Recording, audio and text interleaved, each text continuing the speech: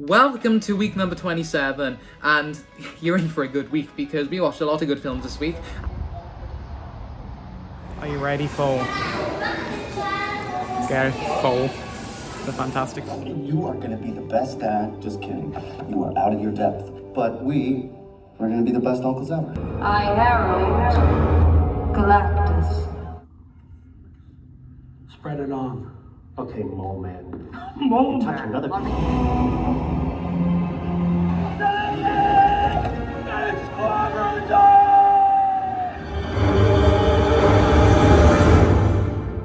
And the first of which being the Fantastic Four, First Steps. Now, I saw this twice in the cinema because it was that good. I mean, as you saw in the previous week, where I thought I watched this first, which I didn't, when I was talking about Superman, this is a new era of superheroes we've delved into now, where we don't have to explain the origins of these characters anymore, because we know, we've had these films, we've had these comic books, we know the stories off our hearts, so we know how they got their powers. So the fact I love the opening to this film, where it kind of throws us into the deep end, where the Fantastic Four are already these massively popular superheroes in their world, and we do get to see their origin, but really, really fast-paced, and I mean so fast-paced, it's probably done in the span like the first 5 minutes. We get to see the how they get their powers on the space station. We get to see how they grow to fame. It's so refreshing to enter this new age of superheroes now that they don't have to dumb it down and explain the origin stories over and over. And then that leads me on then to how the characters are presented. Now, I absolutely adore the Fantastic Four in the comics, and I was beyond excited. I love the old Fantastic Four films, as you saw me rate them earlier this year. The characters were done so incredibly. The casting, Vanessa Kirby, Yvonne Moss, Joseph Quinn, Pedro Pascal, brilliant cast. I don't even think I could think of actors. I know my actors, I think I could think of actors to fit the roles more perfectly than that. Especially like Joseph Quinn as well, coming off the back Stranger Things Season 4, Eddie Munson. I just love to see him again. I feel like this film, there were no bad visuals. Like, I talked about Superman and how there may be one or two, CGI visual effects that may have looked funky, but this film completely nailed those visuals on the head. You got Galactus, which looked incredible. You've got, the Thing has a new look, his unibrow look, and that looks really good. And they even adapted his beard from the comics as well, which was done really well. He looked great. Also, the fire effects on Johnny Storm, Invisible Woman, obviously compared to the other film as well, where she, fully went invisible. We get to see a different iteration of her powers, and she doesn't just turn invisible. Rather, she can create like force fields, or he's like, I don't really know how to describe him. I'm lacking the word in my brain, but these like psychokinetic fields, or I'm making up words now. And it was so refreshing, and obviously Mr. Fantastic stretchy arms, incredible. The story as well about family and conveying that message of family, and how superheroes, they're like, we won't sacrifice our child for the world, but we won't sacrifice the world for our child either. It really does show that familial bond, which is completely, they nail that for the Fantastic Four, because I feel like from the comics to the big screen, that is what the Fantastic Four has represented: family. Obviously, the Avengers, they are one form of family. The X-Men, a form of found family. But I feel like the Fantastic Four really are, they really do have the deep familial roots, and it was incredibly done. The message behind the film was impeccable, and overall, it was, honestly, I dare say it's probably my favourite superhero film as of now, because I was just so excited to see it, and they nailed it on the head, which is why I'll give her a 10 out of 10, because again, I will say it, my favourite superhero film. Like TV dinner. Precisely why we ought to build residential complexes. Go back to the cycler! I may have gotten a little angry and said some terribly unkind things.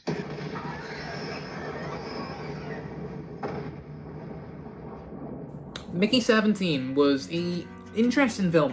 I didn't really know what to expect going into it, but it really does take you out to this world, literally, and it presents you with this new concept, something I don't think I've ever seen done in a film before. Obviously, you got this big space station thing. Again, I've watched these months ago, so I'm trying to just quickly recollect what happened. But they were on a space expedition, and you have these group of people who were like expendables, where if they die, they can be cloned and brought back. But again, begs the question, is a clone your original self or new self? And what we learn is that a clone isn't the version of you that died. The version of you that died is dead, is gone. But the clone is rather a version of you that is then created with all your memories. And that kind of creates a more personal connection to the clones, and how, you know, although the character of Mickey is coming back, each iteration, they are their own conscious beings, and them dying is just as much a human dying as if someone without a clone dying were to be. And it presents our idea, obviously, then two clones of Mickey get created at once, and then you do have then the conflict that, and then it shows how clones aren't just Mickey dies and then he comes back to life. These are two separate Mickeys with two separate consciousnesses, beings, and different personalities. And overall, it was an interesting film. Obviously, there's much more to the story than that, but I'll leave that for you to explore and enjoy. But overall, I'll give her a 7 out of 10. It was a great film. Really did enjoy it, and had a cool, interesting concept. You're such a freak! I wanted to ask if we could be friends. Would that be okay?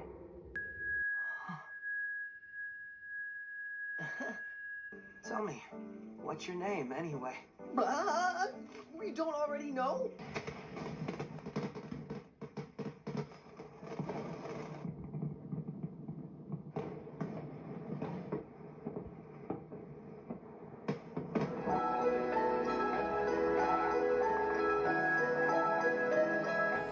Now, with Silent Voice, I've been wanting to watch this partly since around when I watched Your Name, Weathering With You, Suzume, or them films, because obviously this one is very similar in the way how it's an anime film. It's very beautifully animated, the visuals are impeccable, they are stunning again, and those visuals are what ties it to the story then. Most beautifully presented narratives I've ever seen through the characters and the relationships and the bonds, and even the personalities and how they grow throughout the film.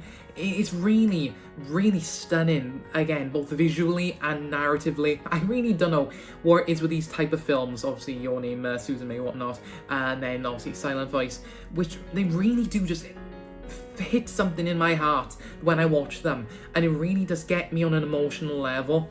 And they are impeccable, stunning films. But the protagonist, he bullies a deaf girl and comes to regret it.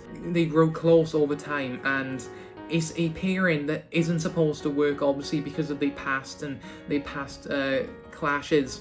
But it does work, and it's done in the most beautiful and stunning way. And we follow the protagonist, the guy, and how he doesn't feel like he deserves friends and doesn't deserve to be happy, obviously because of what he did, and that's why you go see people with like blurred out faces. But then over the course of the film, you see him open up more and more and realise that maybe, you know, he is worthy of that love and that friendship, and that showed through the deaf girl. And you know, the story is really beautiful, really reaches you in the heart, pulls on the heartstrings. So I'm gonna give her a 9.5 out of 10, as close to perfect as humanly possible. I know everything about film. I know anyway about film. Brawl at once? I know that was rubbish as well, I'm sorry. Or you don't come with me, and then he still dies. What? What are you saying? That was a joke. That's not a very funny joke, honey.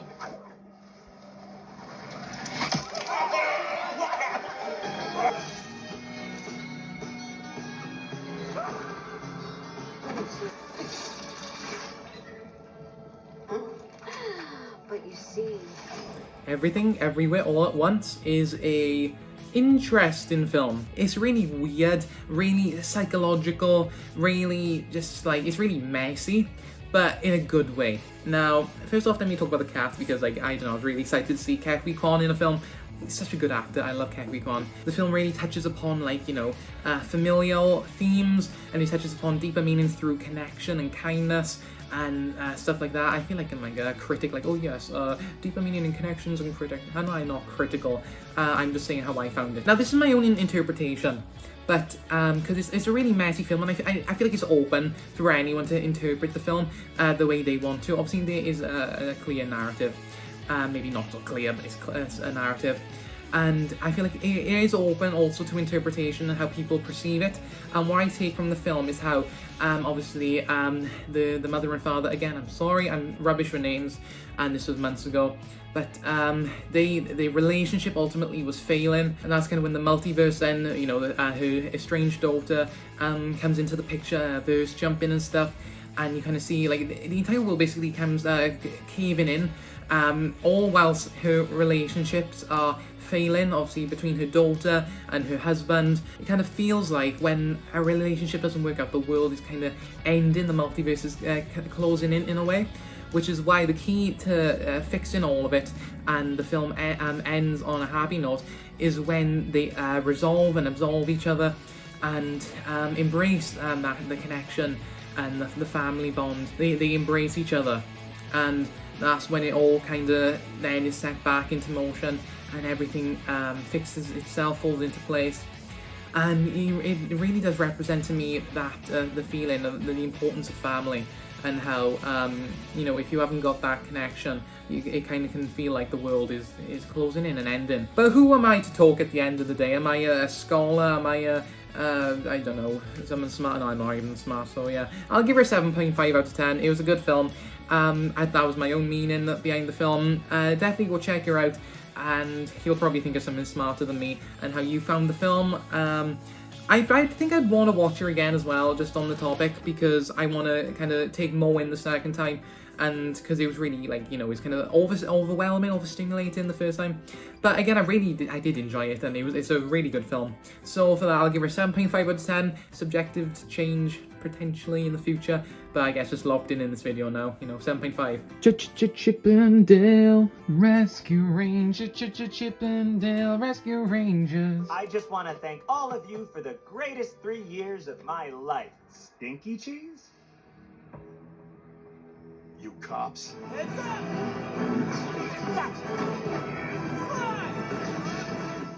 I know someone who might be able to help. You got a Snoopy ear! I grew up watching the Chippendale Rescue Rangers and the TV show. I love them to bits, and you know, I still love them. It's a great concept. I know, I've always loved this like detective work stuff, and that's why a few years ago when they made a modern film of the Rescue Rangers, I was ecstatic and I loved it to bits when I watched it. And again, it was so incredible. I mean, it's a film that no one expected Disney to make, but it works so well how they kind of make the show an actual show within the universe, and how Chippendale and Montgomery Jack, Gadget, Zipper, they were all actors within the Rescue Rangers show. And then these actors then, years after the show is cancelled, are then put in a real life investigation.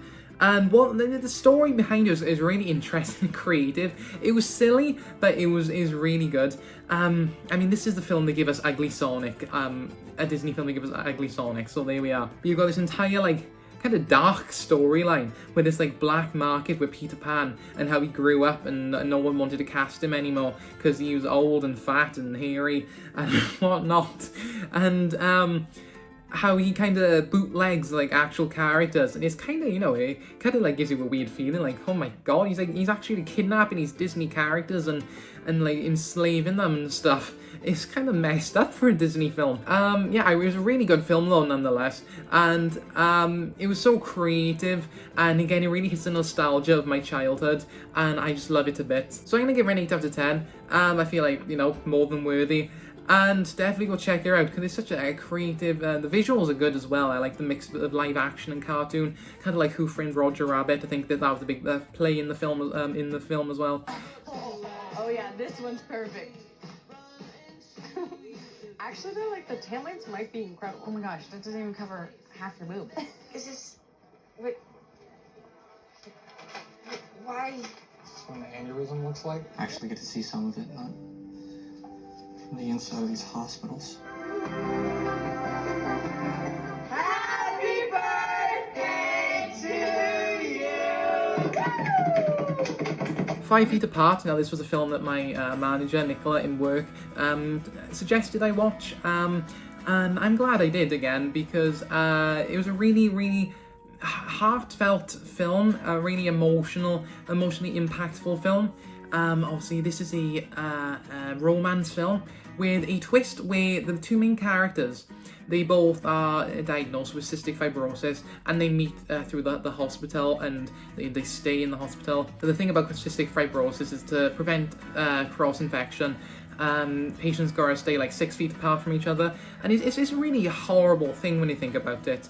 And this, you know, it really doesn't raise awareness that it's obviously a real condition, and it must be horrible to live with. I can't imagine it, but the film really does portray that, and it really does make you understand and get you on an emotional level, especially when you've got these two love interests then who in their time in the hospital they become friends and then closer than that. And obviously the hard thing about that is that they can't be within 6 feet of each other.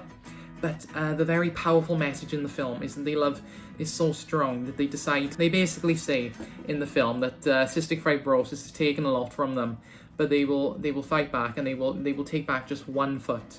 And that's why within the film then it's called 5 feet apart, because they step 1 foot closer than they meant to, obviously the 6 foot rule, but they reclaim that just now 1 foot. It's like a little victory, 1 foot closer to each other. And it really is a beautiful meaning, and a really beautifully displayed film, and the relationship is really emotional, and I'm lost for words really thinking about it. But what happens is really beautiful. So I'm gonna give her a 7.5 out of 10. It's a really impactful film, really gets you understanding, and really it's again a beautiful film. A 14 stars. Believer. Don't hide, you little rascal. Everyone after Anna dies. Like Anna's mother. Yes, and the Dutch tulip man. And Sisyphus the hamster. I said I'm not interested. But you promised! Nothing happens. They're fiction.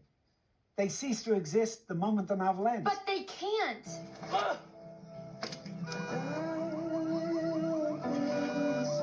this feels so good. Funerals, I decided, are not for the dead. They're for the living. The Fountain of Stars is on the same track of 5 Feet Apart, and I watch it because it's one of my sister's favourites, and I've never actually watched it before, and I thought, you know, when we were on the topic of 5 Feet Apart, may as well give her a go. And it was really, again, a really beautiful film. Again, along the same lines, it's a really tragic love romance story. And again, you follow Gus and Hazel, the two characters, and I did just Google that so I don't look like an idiot. They both got different types of cancer, and obviously, again, absolutely awful thing to live with. And putting that into a film is really impactful, because you see how much it impacts someone's life. And although I feel like everyone, I mean myself included, has a good understanding of how awful of a thing stuff like that is, and how awful it affects people's lives, really seeing it presented in a film as well, it really does get you understanding a bit more. Although again, it's not the real thing, it really does do a good job of presenting what it's like to live like that. The way they take that and present it through this love story, again, these two characters, is impeccable. It's really beautiful, really emotional. It really pulls on your heartstrings. And I'm just saying things now to emphasize how just absolutely impactful on an emotional level the film was, and how the relationship between these characters grew and developed over the time. Although their health decreased, and also they had their ups and they had their downs, they still loved each other to the end of the earth, no matter what. And again, it's a tragic ending to a romance film, but it was really beautiful at the same time, and you really do get a real feel for their love for one another. And I'm going to give her an 8 out of 10, because I think it made me cry as well. So, you know, it's on par with the other one. But Watching the neighborhood like a good neighborhood watcher will do. You just let me know when we get to the part where I give a shit. Oh, okay. The girl, the one who I saw get thrown into a van, They won't look for her, and I know that she's out there. Is he a hallucination? No, he is not a goddamn hallucination. Are you sure? Lock the door. Neighbourhood Watch is a new Jack Quaid film with Dean Morgan in it. The film follows these two characters, obviously Jack Quaid's character, who is a younger guy, obviously, and he has a mental illness. He has paranoid schizophrenia, who his character then witnesses the abduction of this woman, and obviously no one believes him because obviously his paranoia is schizophrenia. He also his neighbour, a retired security guard, obviously played by Dean Morgan. No one believes him, but he entertains the idea. But then they begin to work together. You know, this unlikely duo. They work together, and what happens is pieces fall together, and they realise what he thought happened really did happen. And during their investigation, obviously, they uncover these dark secrets that unfold. The more they go into this investigation and uncover stuff. But overall, throughout the film, you really do see the relationship between the characters and how, you know, like how they behave around each other, the dynamics, obviously, with Jack Quaid and his struggle with the mental issues and the paranoid schizophrenia. And you got, obviously, Dean Morgan's character, who helps him along the way, and just kind of a supporting figure. But they work great together. Again, unlikely duo, but it works fantastically. And it's a really interesting film to watch, and watch all the story unravel, and we get answers. So it's really good, so I'm probably going to give her a 7 out of 10. Great film. Definitely recommend checking her out. John is you back to Texas with me Gentry just for a few Chow. days. I hate you so much right now. I've been turned into a meme! And I'm trying to make scary videos to compensate, but people keep duetting them. I love the ocean, but I'm not trying to be a fish. I need Texas!